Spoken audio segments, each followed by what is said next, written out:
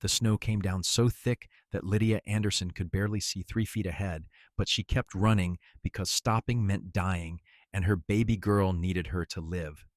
Her boots sank deep into the drifts with every desperate step, her lungs burning from the frigid air that felt like knives with each breath. The 8-month-old bundle wrapped in her coat against her chest had stopped crying an hour ago, which terrified Lydia more than anything else that had happened in the past 24 hours. She had fled her husband's ranch house in Utah Territory in the middle of the worst blizzard of 1885, knowing that staying would have been far more dangerous than facing nature's fury. James Anderson had finally gone too far, his drunken rage escalating from words to fists to the moment he had raised his hand toward their daughter. That single moment had shattered whatever remained of Lydia's hope that he might change, might become the man she thought she had married 3 years ago when she was barely 19. She had grabbed Clara, thrown on her heaviest coat, and run into the storm without looking back. Now she was paying the price for that desperate choice. Her fingers had gone numb hours ago, and she could no longer feel her feet inside her boots. The world had become nothing but white and gray, the howling wind drowning out every other sound. She had been trying to reach the main road, hoping to find help, but she had long since lost any sense of direction. The blizzard had swallowed landmarks and trails alike. Lydia stumbled over a buried rock and fell hard to her knees, instinctively clutching Clara tight to protect her from the impact. She tried to stand, but her legs would not cooperate anymore. The cold had seeped too deep into her bones. She crawled forward instead, driven by pure maternal instinct, dragging herself through snow that seemed determined to bury her alive. Her vision began to blur, dark spots dancing at the edges. She knew what that meant.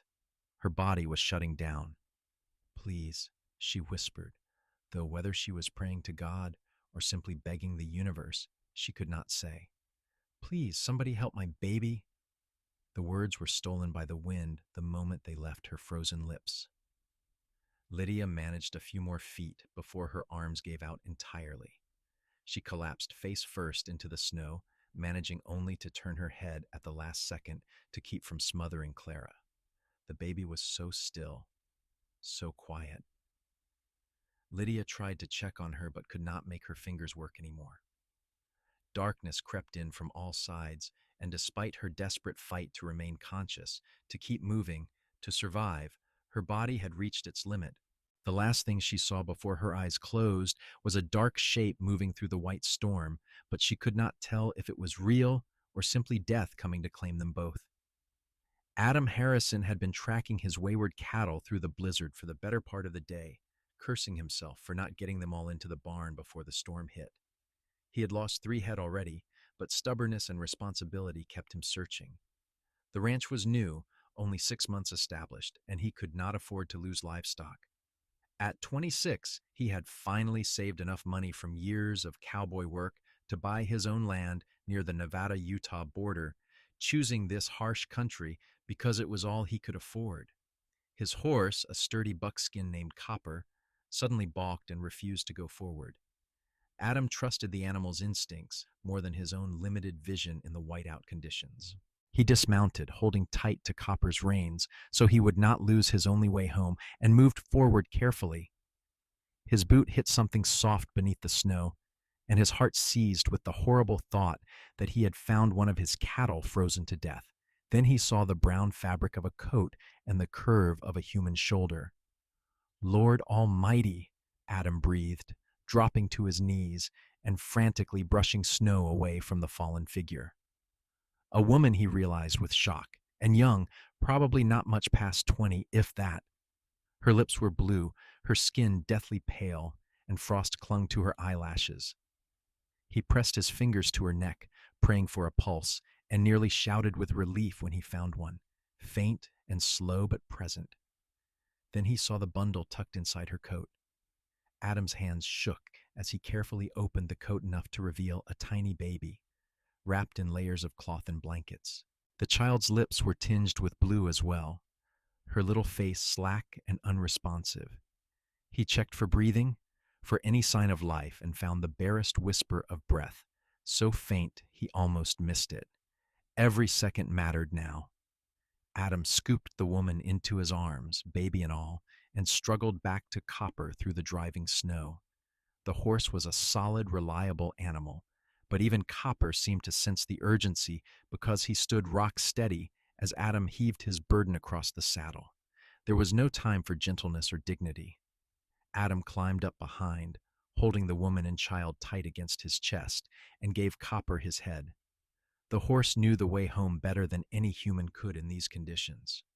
Adam focused on keeping his precious cargo secure, on transferring what warmth remained in his own body to these two strangers who would die without help. He did not let himself think about how still they both were, how they might already be too far gone. He just held on and prayed Copper would get them to shelter in time.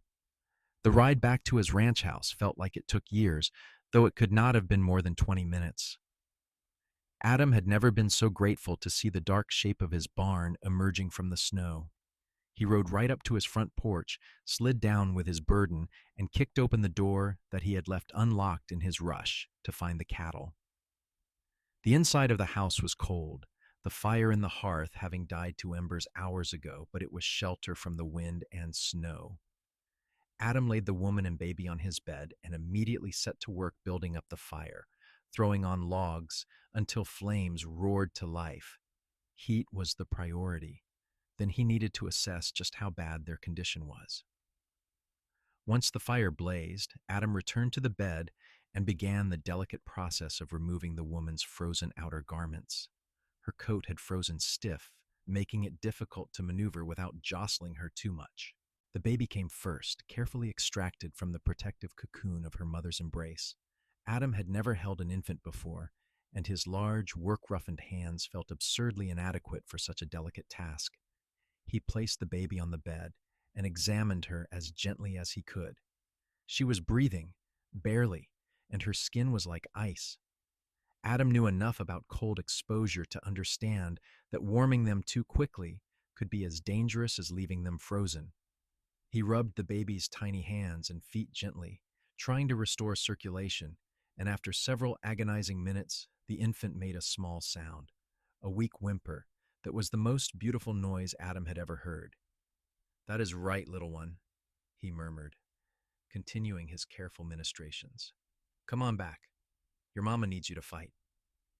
He wrapped the baby in dry blankets from his trunk, creating a warm nest, before turning his attention to the mother.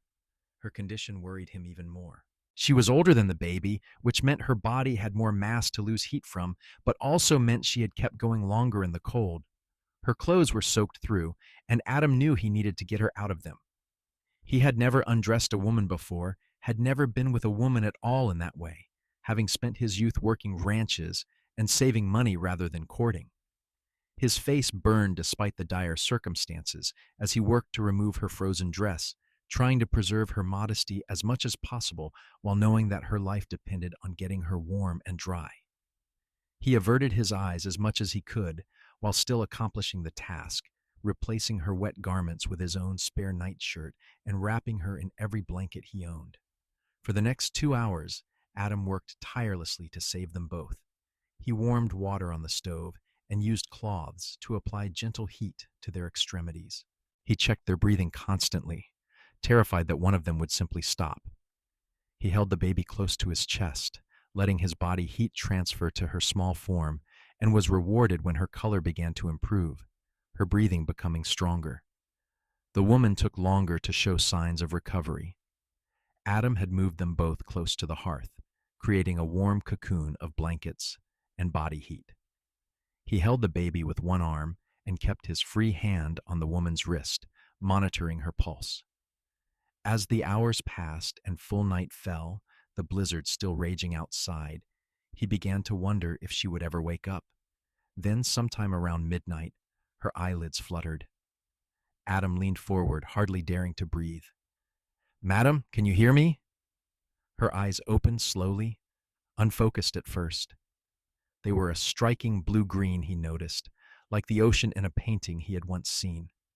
Confusion clouded those eyes as she took in her surroundings. The unfamiliar room, the strange man leaning over her. Then her entire body went rigid with panic. Clara! The name came out as a hoarse cry. Where's my baby? Where's Clara? Right here, madam, right here, Adam said quickly, shifting so she could see the infant nestled against his chest. She is safe. You both are safe. The woman's eyes filled with tears as she saw her daughter. She tried to sit up, but her body was not ready for that yet. She gasped in pain and fell back against the pillows. Easy now, Adam said, keeping his voice low and calm. You have been through a terrible ordeal. Your body needs time to recover. Give her to me, the woman whispered urgently, reaching out with trembling hands. Please, I need to hold her. Adam understood that need, recognized it as something even deeper than physical. He carefully transferred the baby to her mother's arms, helping to support the infant's weight since the woman's arms were still weak. The moment the baby was in her embrace, the woman began to cry in earnest, pressing her face to the top of Clara's head, her whole body shaking with sobs of relief. I thought we were going to die, she whispered between sobs. I thought I had killed us both. Adam let her cry, understanding that she needed to release the terror and desperation of what she had endured. He busied himself with checking the fire and heating some broth he had made earlier in the day, giving her a moment of privacy for her emotions. When the sobs finally subsided into hiccuping breaths, he brought a cup of warm broth to the bedside. You need to drink this, he said gently. You are severely dehydrated and half frozen. The baby needs you strong. The woman accepted the cup with shaking hands, and Adam had to help her guide it to her lips. She managed a few sips before exhaustion overwhelmed her again. Her eyes started to drift closed, even as she fought to stay awake. What is your name? Adam asked, taking the cup back before she could drop it. Lydia, she managed to answer, her voice barely above a whisper. Lydia Anderson. I am Adam Harrison. You are in my home, about 15 miles south of the Utah border. You are safe here, Mrs. Anderson. The storm is still raging outside, but you and your daughter are safe and warm. Not Mrs., Lydia mumbled, her eyes closing fully now. Not anymore. Never again. Then she was asleep, or perhaps unconscious again. Adam could not be entirely sure. He checked her pulse and found it stronger than before, more regular. The baby Clara was also sleeping peacefully, her color much improved from the deathly pallor she had worn when Adam first found them. He settled into his chair by the hearth, prepared to keep watch through the night, and wondered what circumstances had driven a young mother to flee into a killing blizzard with her infant. Not Mrs. anymore, she had said. Adam was no fool.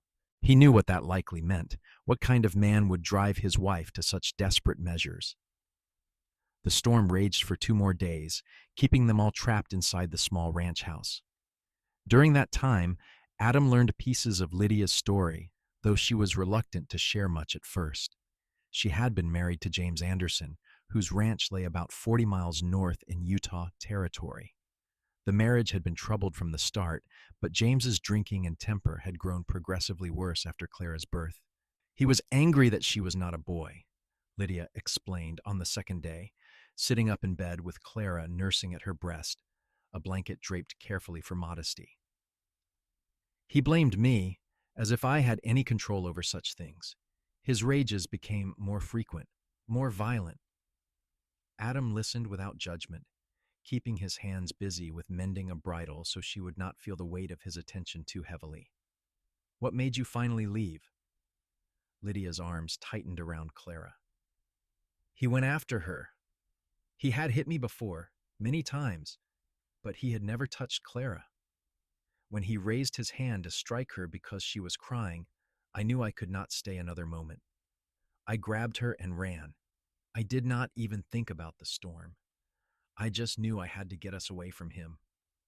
That took tremendous courage, Adam said quietly. Or tremendous stupidity, Lydia replied bitterly. I nearly killed us both. But you did not. You kept your daughter alive through conditions that would have killed most grown men. You fought for her every step of the way, and when you could not fight anymore, you kept her protected in your arms. That is not stupidity, Mrs. Anderson. That is the strongest kind of love. Lydia met his eyes then, really looked at him for the first time since waking. Adam felt something shift in his chest under that gaze, though he could not have named what it was. She was beautiful. He had noticed that from the start, but it was more than her physical appearance. There was a fierce strength in her eyes, a determination that had carried her through hell itself to protect her child. "It is Miss Now," she said softly, "or just Lydia. I do not want to carry his name anymore."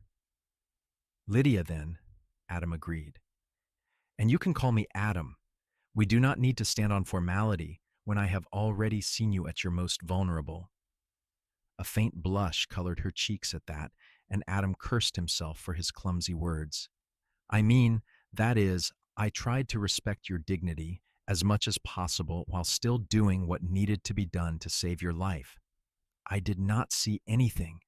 I mean, I saw some things, but I was not looking, not in that way. I just needed to get you warm and dry and—" "Adam," Lydia interrupted, and despite everything, there was the ghost of a smile on her lips. "I understand. You saved my life and Clara's life. I am not offended by the necessary measures you took. I am grateful beyond words."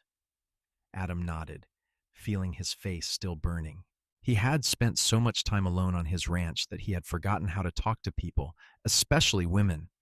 "Well, you are welcome to stay here as long as you need. The storm should break by tomorrow, but you will need time to recover your strength before you can travel, and you will need to figure out where you want to go." That question seemed to weigh heavily on Lydia. She looked down at Clara, who had finished nursing and was now sleeping contentedly. "I have nowhere to go," she admitted quietly. "No family, no friends close enough to impose upon. James isolated me from everyone I knew after we married. I have no money of my own, nothing but the clothes I was wearing when I fled, and those are likely ruined." "Then you will stay here until you can make a plan," Adam said firmly. "I have enough supplies to get us through the winter, and come spring, we can figure out what comes next. You do not need to worry about that right now. Just focus on healing and taking care of your little one."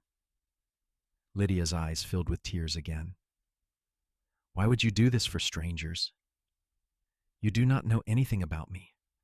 For all you know, I could be lying about everything." Adam considered that, then shook his head. "I know that you love your daughter enough to walk through a blizzard for her. I know you have the strength to survive what should have killed you. That is enough for me to know. The rest we can figure out as we go." The storm finally broke on the third day, revealing a world transformed by snow. Drifts rose as high as the porch railing in places, and the landscape glittered white under a weak winter sun. Adam needed to check on his barn and the animals that had been trapped there during the blizzard, which meant leaving Lydia and Clara alone in the house for the first time. "I will only be gone an hour or so," he assured her as he pulled on his heavy coat. "The animals need food and water. Will you be all right?" Lydia nodded from her position in the rocking chair he had moved close to the hearth for her. She was still weak but improving steadily, able to move around the house now with careful steps. "We will be fine. Go take care of your ranch, Adam. You have neglected it long enough because of us." He wanted to tell her that she was wrong, that they were more important than any livestock, but he swallowed the words. They felt too intimate, too revealing of feelings he barely understood himself. He had known this woman for only 3 days, under the most extreme circumstances. Whatever he felt was surely just the natural protectiveness anyone would feel towards someone they had saved. The work in the barn took longer than anticipated. He had lost 5 head of cattle to the storm, which was a painful blow, but not devastating. The surviving animals were hungry and agitated, requiring extra attention. His horse Copper seemed to forgive him for the harsh ride through the blizzard, accepting his offerings of grain and fresh hay with equine grace.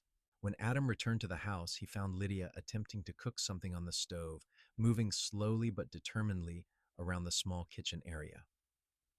Clara was secured in a nest of blankets in the rocking chair, awake and watching her mother with wide eyes. "You should be resting," Adam said, removing his coat and boots. "I have been resting for 3 days," Lydia replied, not pausing in her work. "You have been taking care of us without complaint, and it is past time I contributed something. It is just stew, nothing fancy, but you need a proper meal after all the work you have been doing." Adam started to protest, then realized that she needed this. She needed to feel useful, to reclaim some sense of normalcy and control after the trauma she had experienced. So instead of arguing, he simply said, "That smells wonderful. Thank you." They fell into an easy routine over the following weeks as winter deepened its grip on the land. Lydia regained her strength gradually, and with it came a natural division of labor. She took over the cooking and mending, tasks that could be done inside while caring for Clara. Adam handled the outdoor work, the feeding of animals, and maintenance of the property. In the evenings, they would sit by the fire together, and slowly, carefully, they began to know each other. Adam learned that Lydia had been born in Missouri in 1866, making her 19 now to his 26. Her parents had died of fever when she was 16, and she had been left in the care of an aunt who saw her as more of a burden than a niece. When James Anderson had come through town, a successful rancher looking for a wife, the aunt had pushed Lydia toward him with almost indecent haste. "I thought he was my salvation," Lydia admitted one night, holding Clara against her shoulder and gently patting the baby's back. "He seemed kind at first, generous. I did not see the warning signs until after we were married. Or perhaps I did not want to see them. I was so desperate to have a family again, a home of my own." "That is not your fault," Adam said firmly. "He deceived you, plain and simple. Some men are good at wearing masks until they have you trapped." Lydia smiled sadly. "You are kinder than I deserve, Adam Harrison." "I am only as kind as you deserve, which is very kind indeed," he replied, and was rewarded with a genuine smile that made his heart skip in a way he was becoming familiar with. For his part, Adam shared his own story. He had been born in Texas to a ranching family, but the Civil War had destroyed their prosperity. His father had died in the war, and his mother had succumbed to illness shortly after. At 14, Adam had become a ranch hand, working his way across Texas, New Mexico, and eventually into Nevada, learning everything he could about cattle, horses, and survival in harsh country. He had saved every penny, living frugally for 12 years until he finally had enough to buy this small piece of land and start his own operation. "It is not much," he said, looking around the modest house, "but it is mine, free and clear. No bank owns it. No one can take it from me. That means everything after growing up with nothing." "It is a good home," Lydia said softly. "You should be proud of what you have built here." What neither of them spoke about, but both were increasingly aware of, was the growing affection between them. It was there in the way Adam's eyes would linger on Lydia when she was not looking, in the way her face would light up when he came in from the cold. It was in the small considerations they showed each other, the way Adam would make sure her coffee was exactly as she liked it, the way Lydia would have his coat warmed by the fire before he went out to do chores. But there were complications, heavy ones. Lydia was legally still married to James Anderson, even if she had left him. She had a baby daughter who needed stability and security. Adam had a struggling ranch that demanded all his attention and resources. Neither of them wanted to rush into something that might be just proximity and gratitude rather than genuine feeling. The tension finally came to a head in late February, nearly 2 months after Adam had found them in the snow. The weather had warmed enough to make travel possible, and both of them knew that a decision needed to be made about Lydia's future. She could not simply stay in Adam's house indefinitely without causing scandal that could harm them both. "I have been thinking," Lydia said one evening as she nursed Clara before bedtime. "There is a town about 30 miles east, Pine Grove. It is large enough to have a boarding house, and I heard you mention once that the general store owner's wife there was looking for help. Perhaps I could work for room and board, keep Clara with me while I earned enough to eventually get a place of our own." The thought of Lydia leaving, of the house being empty of her presence and Clara's small sounds, filled Adam with a cold dread that had nothing to do with the winter temperatures. He had been avoiding this conversation, but he could not anymore. Or you could stay here, he said, his voice rough, as my wife. Lydia's hands stilled on Clara, her eyes widening with shock. Adam, I am already married. I cannot just... You can file for divorce, Adam interrupted, on grounds of cruelty and abandonment. I have money saved for a lawyer. It will take time, maybe a year or more, but it can be done. In the meantime, you could stay here, not as my wife yet, but as my intended. It would not be entirely proper, but people would understand, given the circumstances. Why would you do this? Lydia whispered. Why would you tie yourself to someone like me, with all my complications, with another man's child? Adam moved from his chair to kneel beside her rocking chair, looking up into her face with his heart in his eyes.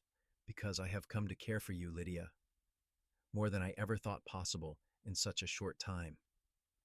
I care for Clara too, as if she were my own blood.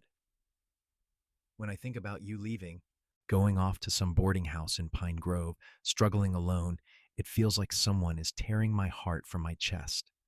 I know this is fast, I know there are obstacles, but I also know that what I feel for you is real.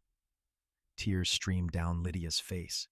I care for you too, she admitted in a broken whisper, so much that it frightens me. But Adam, I failed at marriage once. I chose wrong. How do I know I am not making another mistake? How do I know I can trust my own judgment? Because I am not him, Adam said simply. I would never raise my hand to you or to Clara. I would spend every day trying to make you happy, trying to build a life we can both be proud of. I am not perfect, Lydia. I am rough around the edges. I do not always know the right thing to say. And this ranch barely makes enough to support one person, let alone 3. But I would never hurt you. That is a promise I can make and keep. Lydia reached down with one hand to cup his face, her thumb brushing across his weathered cheek. I believe you, she said softly. You have already proven yourself to be more of a man than James ever was. You saved our lives. You asked for nothing in return. You have been nothing but honorable and kind. I would be proud to be your wife, Adam Harrison. Whenever the law allows it, I would be proud. Adam felt something break open in his chest, a flood of emotion so intense he could barely breathe. He stood and leaned down, and for the first time, he kissed her. It was gentle, tentative, both of them new to this kind of intimacy. Her lips were soft under his, and she tasted like the honey she had put in her tea. The kiss lasted only a moment before Clara made a sound of protest at being squished between them, and they broke apart with breathless laughter. Well then, Adam said, his voice unsteady, I suppose we have a plan. I will ride into town tomorrow and speak with the lawyer about starting divorce proceedings. It will not be easy, and James Anderson will likely fight it, but we will see it through. Together, Lydia agreed, and the word felt like a vow all its own. The legal process proved every bit as difficult as Adam had anticipated. The lawyer in the nearest town, a man named Silas Mercer, was sympathetic but realistic about their chances.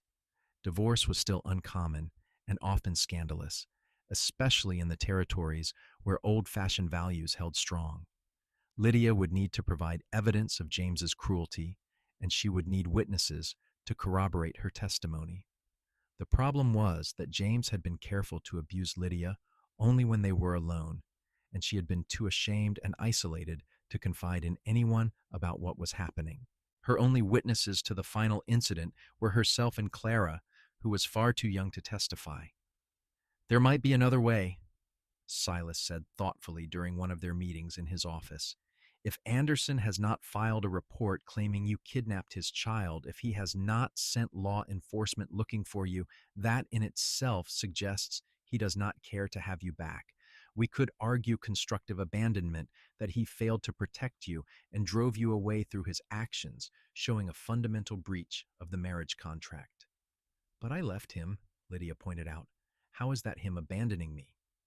You left to preserve your life and that of your child, Silas explained. Any reasonable person would agree that you had no choice.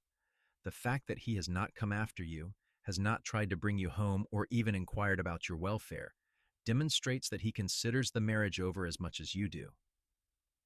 It was a thin argument, but it was something. Silas filed the initial paperwork in March of 1886, and then they waited. The law was slow, grinding through procedures and waiting periods with glacial patience. All they could do was live their lives and hope that eventually they would be free to make their arrangement legal and proper. Spring came to the ranch with a rush of green and the bawling of new calves. Adam's small herd had survived the brutal winter, and the cows were now producing the next generation. It was exhausting work, helping with difficult births, protecting the vulnerable young from predators, but it was also satisfying in a way that few things in Adam's life had ever been. Lydia watched him work from the porch, Clara on her hip, and felt her heart swell with affection and admiration. Adam was everything James had not been: steady, reliable, gentle with the animals under his care. She saw the way he treated his livestock with respect, never cruel, never losing his temper, even when things went wrong. If a man treated animals with such consideration, she reasoned, he would treat his family even better. In April, a rider came to the ranch carrying a letter from Silas Mercer. Adam and Lydia gathered in the small parlor to read it together, both of them tense with anticipation. The news was mixed. James Anderson had been served with the divorce papers, and his response had been to contest the proceedings vigorously. He claimed that Lydia had abandoned him without cause, that she had stolen his daughter, and that she was living in sin with another man. He demanded that Clara be returned to him immediately, and that the divorce petition be denied. He never cared about Clara before, Lydia said bitterly, her hands shaking as she held the letter. He only wants her now to hurt me, to have power over me. He will not get her, Adam said firmly. We will fight this, whatever it takes. Silas says in the letter that Anderson's claims are weak because he waited months to respond and never reported you missing to any law enforcement. That works in our favor. We just have to be patient. Patience was easier said than maintained. The legal battle dragged through the summer and into autumn. James made wild accusations and demands, trying to paint Lydia as an unfit mother and Adam as a villain who had seduced and stolen another man's wife. Lydia had to travel to town multiple times to give testimony to Silas and later to a territorial judge. Each trip was draining, forcing her to relive the worst moments of her marriage and expose her pain and humiliation to strangers. Adam went with her to every hearing, sitting in the courtroom where he was allowed, waiting outside when he was not. His steady presence was an anchor, a reminder that she was not alone anymore. During one particularly brutal session, where James's lawyer tried to make her out to be a hysteric who had imagined or exaggerated the abuse, Adam had to be physically restrained from going after the lawyer. It took Silas and 2 bailiffs to calm him down. You cannot do that, Silas told him sternly afterward, out in the hallway while Lydia collected herself. I know you want to defend her, but losing your temper in court only makes Anderson's claims about you seem more credible. You have to keep control. That man called Lydia a liar to her face, Adam growled, still furious. He suggested she invited James's violence. How am I supposed to sit there and listen to that? By remembering what is at stake, Silas said, his voice gentler now. You want to protect Lydia and Clara, I know, but the best way to do that is to win this case, and that means playing by the court's rules, no matter how unjust they seem. Adam forced himself to breathe slowly, to let the rage drain away. You are right, I am sorry. It will not happen again. But the strain of the legal battle was taking its toll on all of them. Clara was growing, nearly a year old now, beginning to pull herself up on furniture and babble in sounds that were almost words. She deserved stability, deserved to have her life settled. Instead, she was caught in the middle of an ugly legal fight that might tear her from the only mother she had ever known. The turning point came in October, when Silas managed to locate a neighbor of the Anderson ranch who was willing to testify. The man, a grizzled rancher named Tom Bridger, had witnessed one of James's violent outbursts directed at Lydia. He had not intervened at the time, something he now regretted, but he was willing to come forward and tell the court what he had seen. "I heard him yelling from inside the house," Tom testified in court, his weathered face grave. "Terrible things, cursing at her like she was less than human. Then I heard what sounded like something hitting the wall, and Mrs. Anderson came running out with a mark on her face, fresh and red. Anderson came after her, still yelling, but he stopped when he saw me watching. He got real quiet then, told her to get back inside. She went, but I could see she was terrified." "Why did you not report this to the authorities at the time?" the judge asked. Tom looked ashamed. "I figured it was between a man and his wife. None of my business. That is what folks believed back then, that what happened in a marriage was private. But I have thought about it a lot since, wondered if that young woman was all right. When the lawyer came asking questions, I knew I had to speak up, even if it was late." His testimony, combined with Lydia's own detailed account and the fact that James had never sought law enforcement help in finding his supposedly kidnapped daughter, finally tipped the scales. In November of 1886, nearly 2 years after Lydia had fled into the blizzard, Judge Marcus Whitmore granted the divorce on grounds of extreme cruelty. Furthermore, he granted Lydia full custody of Clara, ruling that James Anderson had forfeited his parental rights through his abuse and subsequent neglect. When Silas brought them the news, Lydia collapsed into a chair and wept with relief. Adam stood behind her, his hands on her shoulders, his own eyes suspiciously bright. "It is over," Lydia kept repeating. "It is finally over." "Not quite yet," Adam said, a smile breaking across his face. "We still have a wedding to plan." They were married 3 weeks later, on a crisp December morning in the small church in Pine Grove. It was a simple ceremony with few witnesses, just Silas Mercer and his wife, Tom Bridger and his family, and a handful of other locals who had come to know and respect Adam and Lydia over the past year. Lydia wore a simple blue dress that she had sewn herself, and Adam wore his best suit, his hair neatly trimmed for the occasion. Clara, now 14 months old and walking with increasing confidence, toddled down the aisle ahead of them, delighting the small congregation with her unsteady but determined steps. She had taken to calling Adam Papa, which never failed to make him smile with a mixture of pride and humility. When the preacher asked Adam if he took Lydia to be his lawfully wedded wife, he said, "I do," in a voice that rang with absolute certainty.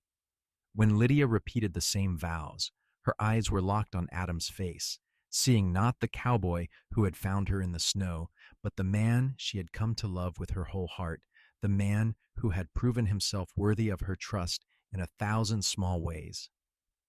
"I now pronounce you husband and wife," the preacher declared. "You may kiss your bride." Adam cupped Lydia's face in his hands, tender and reverent, and kissed her with all the love he had been holding back during their long wait. It was different from that first kiss so many months ago, deeper and more confident, a kiss that spoke of promises kept and a future they would build together. The small reception afterward at the local boarding house was a cheerful affair. Someone had brought a fiddle, and there was music and dancing despite the modest surroundings. Adam danced with Lydia, holding her close, and then he danced with Clara in his arms, spinning her around until she giggled with delight. "I never thought I could be this happy," Lydia said later, as they prepared to ride back to the ranch. Now truly they're home together. "I thought that part of my life was over, that I had used up all my chances at happiness. We are just getting started," Adam promised, helping her up into the wagon. "We have the rest of our lives ahead of us." The first months of their marriage were an adjustment, learning to share space and decisions as a true partnership rather than the careful cohabitation they had maintained before. There were small disagreements, inevitable friction as they figured out how to blend their lives completely, but they always talked through their differences, never letting anger fester, always remembering what they had fought so hard to achieve. The ranch began to prosper in small ways. Adam's careful management and hard work paid off, and the herd grew steadily. In the spring of 1887, they were able to hire a part-time hand to help with the heaviest work, giving Adam more time to spend with his family. Lydia started a garden that produced far more vegetables than they could eat themselves, so she began selling the surplus in town, adding to their income. Clara thrived, growing from a toddler into a bright, curious little girl who followed Adam everywhere when he was not working. He taught her the names of all the animals, showed her how to collect eggs from the chickens without scaring them, let her sit on his lap while he mended tack in the barn. She adored him without reservation, having no memory of the man whose blood she shared, but who had never been a father to her in any meaningful sense. In the autumn of 1887, Lydia began to feel familiar symptoms. She was tired all the time, queasy in the mornings, and her monthly courses had stopped. When she shared her suspicions with Adam, his face lit up with a joy so intense it almost hurt to witness. "Are you certain?" he asked, his hand going to her still flat stomach with something like wonder. "As certain as I can be without a doctor's confirmation," Lydia said, covering his hand with her own. "How do you feel about it? I know we have not discussed having more children." "I feel like the luckiest man alive," Adam said simply. "Clara is already my daughter in my heart, but to have a child that we created together, that is our own from the very beginning. That feels like a miracle." Their son was born in May of 1888, a healthy baby boy with Adam's dark hair and Lydia's blue-green eyes. They named him Thomas, after Tom Bridger, whose testimony had helped set them free, with the middle name Michael, after Adam's father. Little Tommy, as they called him, was a placid baby, so different from Clara's colicky infancy that Lydia joked they had been sent an easy one to make up for the first difficult year with Clara. Adam was smitten from the first moment he held his son. He would sit in the rocking chair for hours, just holding Tommy, marveling at the tiny fingers and toes, the miniature perfection of this new life. Clara was fascinated by her baby brother, wanting to help with everything from diaper changes to feeding time. At 3.5 years old, she took her role as big sister very seriously. "When will Tommy be big enough to play with me?" she asked frequently, peering into the cradle where her brother slept. "Soon enough," Lydia would answer with a smile. "Babies grow fast. You will see." Life settled into a rhythm of work and family, seasons and celebrations. The ranch continued to grow, never becoming large or wealthy by territorial standards, but prosperous enough to provide a comfortable life for the Harrison family. Adam hired more help as the operation expanded, eventually building a bunkhouse for the ranch hands and expanding the barn to accommodate more livestock. In 1890, Lydia gave birth to another daughter, whom they named Josephine after Lydia's mother. Baby Josie had a temperament somewhere between Clara's intensity and Tommy's calm, a sweet, natured child who smiled more than she cried. The house felt full now, alive with the sounds of children playing and laughing, so different from the lonely silence that had filled it when Adam lived there alone. Clara started school in Pine Grove, riding into town with Adam when he went to do business and staying with Silas Mercer's family during the week, coming home on weekends. She was a bright student, taking to reading and arithmetic with enthusiasm. Lydia made sure all her children would have educational opportunities, determined that they would have choices in life that she had not had. The years passed with the kind of contentment that can only be fully appreciated by those who have known true hardship. Adam and Lydia never took their happiness for granted, never forgot the desperation and fear that had brought them together. Every anniversary, they would take a moment to remember that December day in 1885, when Adam had found Lydia and Clara in the snow, and they would give thanks for the miracle of their survival and everything that had followed. When Clara was 12 years old enough to understand complicated truths, Lydia sat her down and told her the full story of her birth father, of why they had fled, of how Adam had saved them and then become the only father Clara had ever truly known. Clara listened quietly, processing information that must have been difficult to hear. "Does this change how you feel about Papa?" Lydia asked gently when the story was finished, "knowing that he is not your father by blood?" Clara was quiet for a long moment, her young face serious. Then she shook her head firmly. A father is not just blood, Mama. Papa has been there for me every day of my life that I can remember. He taught me to ride. He reads to me every night when he is not too tired. He came to every school recitation and cheered louder than any other parent. That is what makes him my father, not whose blood runs in my veins.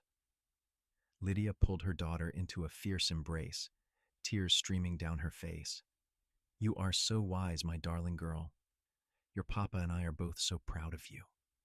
When Lydia shared Clara's words with Adam that evening, after all the children were asleep, he had to step outside onto the porch because he did not want them to see him cry. Lydia followed him out, wrapping her arms around him from behind, resting her cheek against his broad back. She is right, you know, Lydia said softly. You are her father in every way that matters. You chose her, Adam. You chose both of us when you could have just brought us to town and left us there. You gave us a family, a home, a life worth living. Adam turned in her embrace, pulling her close. You gave me just as much, Lydia. Before you and Clara came into my life, I was just existing, working myself to exhaustion every day and sleeping alone in an empty house every night. I had no idea what I was missing until I found you both in that blizzard. You are my heart, all of you. I would not trade a single moment of our life together, not even the hard parts. They stood together on the porch, watching the stars emerge in the darkening sky, and Lydia thought about how far they had both come. From that desperate flight through the blizzard to this moment of perfect peace, it felt like multiple lifetimes had passed. But every struggle, every obstacle, every moment of fear and uncertainty had been worth it to arrive at this place of belonging and love. More years passed, bringing changes as they always do. Tommy grew into a quiet, thoughtful boy who loved animals as much as his father did and showed a natural talent for working with horses. Josie was the wild child of the family, always climbing trees and getting into mischief, making her parents' hair gray before their time, but also filling their days with laughter. Clara blossomed into a beautiful young woman, eventually going on to attend a teaching college, determined to help educate the next generation of children in the growing territory. In 1899, when Clara was 22 and Tommy was 11, James Anderson died. They received word through Silas Mercer, who had somehow ended up managing James's affairs after the old rancher's death. James had drunk himself into an early grave, dying alone in his ranch house with no family or friends to mourn him. His property, heavily mortgaged and in disrepair, was sold to satisfy his debts. Lydia felt very little upon hearing the news of her first husband's death. There was no grief, but also no triumph or satisfaction. James Anderson had become a distant figure from another life, someone who had hurt her terribly, but who no longer had any power over her present or future. She was Lydia Harrison now, had been for over 13 years, and that was the only identity that mattered. How do you feel? Adam asked her that evening, knowing the news must have stirred up old memories. Free, Lydia said simply. I have been free for a long time, but somehow knowing he is gone makes it even more final. He cannot ever hurt us again, cannot ever try to take Clara away or disrupt the life we have built. It is truly over now. Adam pulled her into his arms, holding her close in the way that always made her feel safe. You were always free, Lydia. The moment you walked away from him, you took back your freedom. Everything else was just paperwork and formalities. Maybe, Lydia agreed. But I am glad it is all finally settled. Now we can look forward without any shadows from the past. As Nevada moved toward statehood and the new century approached, the Harrison Ranch prospered beyond Adam's early dreams. They had built a good life through hard work, determination, and most importantly, love. The children grew healthy and strong, each finding their own path in the world while always knowing they had a home to come back to. Clara married a young attorney from Carson City in 1901, a kind man named Samuel Porter who reminded Lydia pleasantly of Adam in his steady, dependable nature. The wedding was held at the ranch with half of Pine Grove in attendance and the celebration lasting long into the night. Tommy stood up as one of the groomsmen, proud to support his big sister, while Josie served as a bridesmaid, managing not to get her dress too dirty despite her best efforts. Tommy took over more and more of the ranch operations as he got older, showing a natural gift for the work that delighted Adam. Father and son worked side by side every day, building on the foundation Adam had laid all those years ago. In 1905, Tommy married a rancher's daughter from a neighboring spread, a practical young woman named Sarah who fit perfectly into the Harrison family. Josie, true to her independent spirit, decided she wanted to be a doctor. It was an unusual ambition for a woman, but Adam and Lydia supported her completely, selling off some land to pay for her education. She went east to medical school, writing home regularly with stories of her studies and the fascinating things she was learning. She eventually returned to Nevada to practice medicine, becoming one of the first female doctors in the region. Adam and Lydia grew older together, their hair turning gray, lines deepening on their faces, but their love never diminishing. They celebrated their 25th wedding anniversary in 1911, surrounded by children and grandchildren, the house bursting with family and laughter. Clara and Samuel had given them 3 grandchildren. Tommy and Sarah had 2 sons who were already showing signs of following their father and grandfather into ranching. Even Josie, despite her demanding career, had found time to marry another doctor and start a family. "Did you ever imagine this?" Lydia asked Adam as they stood on their porch that anniversary evening, watching the sunset paint the Nevada sky in shades of gold and crimson. "Did you ever think, when you found a half-frozen woman and baby in the snow, that this was where it would lead?" Adam considered the question seriously, as he always did. "I did not let myself imagine much of anything that night," he admitted. "I was just trying to keep you both alive, one moment at a time. But if someone had told me then that you would become my wife, that Clara would call me Papa, that we would build a family and a life together, I think I would have believed them. Because even then, half dead and frozen as you were, I saw something in you, Lydia. A strength, a fierce determination to survive and protect your daughter. I knew you were someone special." "You saved our lives, Adam," Lydia said, not for the first time, and certainly not for the last. "Not just that night in the blizzard, but every day since. You gave us a reason to keep going, a place to belong, a family to love. Everything good in my life, everything that matters, started the moment you found us in that snow." "We saved each other," Adam corrected gently. "I was just existing before you came into my life, Lydia. You and Clara, and then Tommy and Josie. You gave me purpose, gave me a reason to build something beyond just a ranch. You taught me what it means to have a family, to love and be loved. I am the one who should be grateful." Lydia leaned into him, fitting perfectly against his side as she had for 25 years. "Then let us both be grateful," she said softly. "Grateful for that blizzard that brought us together. Grateful for every moment since. Grateful for this beautiful life we have built." They stood together in the fading light, surrounded by the sounds of their family inside the house, and felt the deep contentment of a life well lived. The journey from that desperate flight through the blizzard to this moment of peace and joy had been long and often difficult, but every step had been worth taking. As the years continued to pass, Adam and Lydia took on the role of beloved grandparents, their home always open to children and grandchildren who wanted to visit. They told stories of the old days, of how the ranch had started, of the growth of the territory into the state of Nevada. But the story they told most often, the one the grandchildren never tired of hearing, was the tale of how Grandma had run through a blizzard with baby Clara in her arms, and how Grandpa had found them both nearly frozen and brought them home. "And that is how our family began." Adam would always finish the story, pulling Lydia close. "With a blizzard, a miracle, and more love than either of us knew what to do with. We figured it out, though," Lydia would add with a smile. "We had the rest of our lives to practice."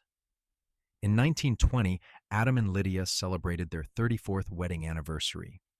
The ranch was now run primarily by Tommy and his sons, with Adam serving as an advisor, but no longer doing the hard physical labor that his 71-year-old body could not manage anymore. He and Lydia spent their days in the comfortable routine of elderly couples who have loved each other for a lifetime, sitting together on the porch, taking slow walks around the property, enjoying visits from their ever-expanding family. Clara was now a grandmother herself, her oldest son having recently married. Tommy and Sarah's sons were all grown men working the ranch. Josie had achieved her dream of opening a clinic in Pine Grove, providing medical care to families throughout the region. On a warm evening in late September, Adam and Lydia sat on their porch watching the sun set as they had done thousands of times before. Adam's health had been declining lately, his heart not as strong as it once was, and they both knew that their time together was drawing toward its inevitable end. But there was peace in that knowledge, an acceptance that they had been blessed with far more years together than many couples ever received. "Do you have any regrets?" Adam asked quietly, holding Lydia's hand in his. Lydia thought about the question seriously, reviewing the long arc of their life together. "Only one," she said finally. "I regret those 3 years I wasted with James, the pain and fear of that time. But even that, I cannot truly regret, because if I had not married him, I would not have had Clara, and if I had not fled him that night, I would never have found you. So perhaps even our regrets serve a purpose, leading us to where we are meant to be." "That is a wise way to look at it," Adam said, lifting her hand to his lips and kissing it gently. "I have no regrets at all, Lydia. Not one single moment of our life together. You have made me happier than I ever dreamed possible.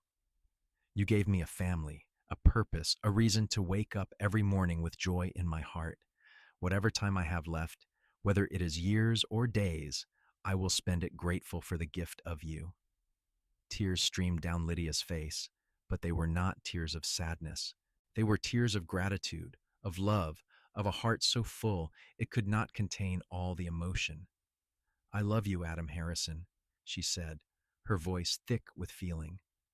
"I have loved you since that first winter when you showed me what true kindness and strength looked like.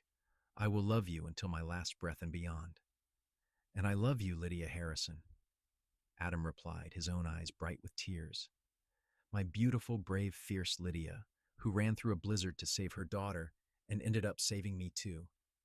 They sat together as the stars emerged one by one in the darkening sky, holding hands, wrapped in blankets against the evening chill, surrounded by the life they had built together. Inside the house, they could hear Tommy and Sarah putting their grandchildren to bed, continuing the cycle of family and love that Adam and Lydia had started all those years ago in the darkest moment when hope seemed lost and survival seemed impossible. But they had survived.